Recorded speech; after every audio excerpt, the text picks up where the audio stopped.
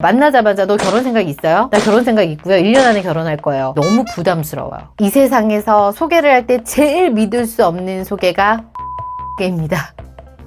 이제는 나이가 30이 훌쩍 넘어서 주변 지인, 친구, 직장 동료, 아니면 엄마, 아빠 등등 내 주변에 있는 사람들의 소개를 받을 때마다 저에게 상담 오시는 회원분들 정말 많이 하시는 말씀들인데요. 도대체 주변에서 소개는 왜 이렇게 마음에 안 들까요? 주변 지인의 소개 왜 마음에 들지 않을까요? 그 이유에 대해서 오늘 정확하게 짚어보는 시간을 갖도록 하겠습니다.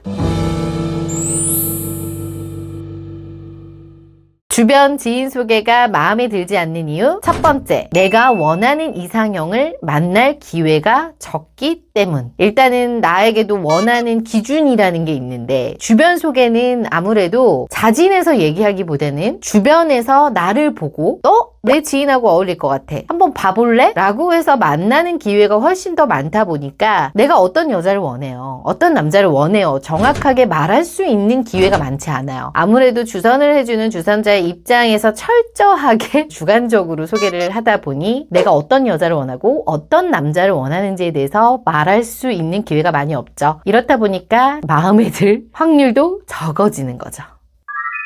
두 번째, 상대방에 대한 아주 상세한 정보조차도 잘 몰라요. 어떤 회원분이 이런 얘기를 하셨어요. 친구 소개로 만났는데 남자분이 연봉이나 그 사람이 가지고 있는 재산에 대해서 정확하게 알 수가 없고 그냥 일단 친구가 만나봐 라고 해서 회사 정도만 알고 만난 거죠. 근데 그 사람하고 이제 만남을 해서 대놓고 연봉 얼마 받아요? 결혼하려고 얼마 모아놨어요? 등등 이런 직접적인 얘기는 할 수가 없죠. 차마 지인 소개이기 때문에 그냥 나의 예상과 상상에 의존할 수밖에 없는 거지. 그래서 그냥 일단 사람은 좋아서 만남을 했는데 만나다 보니 정이 들었고 결혼을 하려고 딱 봤는데 내 기준치보다 훨씬 더 가지고 있는 게 적었던 거죠. 결혼을 생각하기에는 모자라게 생각이 됐기 때문에 시간만 보내고 왔다 라고 하셨던 여성분도 계세요. 아무래도 주변 지인 소개다 보니까 철저하게 그 사람에 대해서 아주 세세하게 재산이나 그 사람의 능력에 대한 부분은 대놓고 물어보기가 예민한 부분이기 때문에 만나면서 진지한 관계가 되더라도 그 얘기는 묻지를 못하는 거죠. 이러한 답답함을 호소하시는 분들이 꽤 있답니다.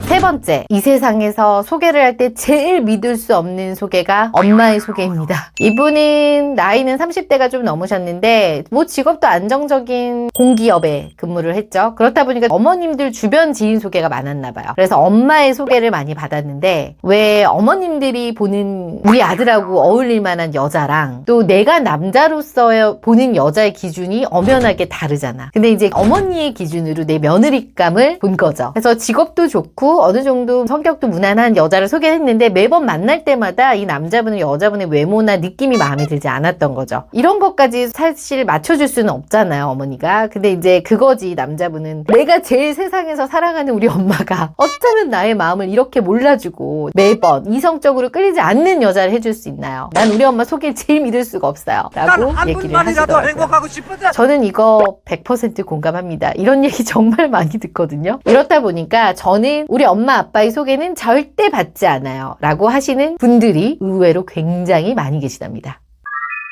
네 번째, 저는 그 여자랑 결혼까지 생각했어요. 하지만 이 여자는 결혼 생각이 전혀 없었더라고요 라는 얘기를 진짜 많이 들었어요. 상대방이 결혼할 생각이 있는지 없는지에 대한 의사도 물어보지 못할 뿐만 아니라 결혼 생각이 있어도 일부러 만날 때 부담을 주지 않으려고 속으로만 생각을 하는 거지 말을 안 하고 만남을 하다가 2년 교제하고 나는 이제 결혼을 좀 해야 될 것 같다 라고 해서 이제 프로포즈를 하거나 얘기를 꺼낼 때 나는 결혼 생각이 전혀 없어. 아직은 아니야. 라고 얘기를 해서 이 시간들을 그냥 보내고 왔다라고 하소연하시는 분들도 꽤 있어요. 아무래도 결혼정보회사가 아니다 보니까 주변 지인 소개다 보니까 결혼 생각이 있는지 없는지 언제 결혼 계획이 있는지 등등에 대한 구체적인 거를 대놓고 얘기를 하고 소개를 하는 것이 아니기 때문에 이런 경우는 정말 제가 많이 봤던 것 같아요.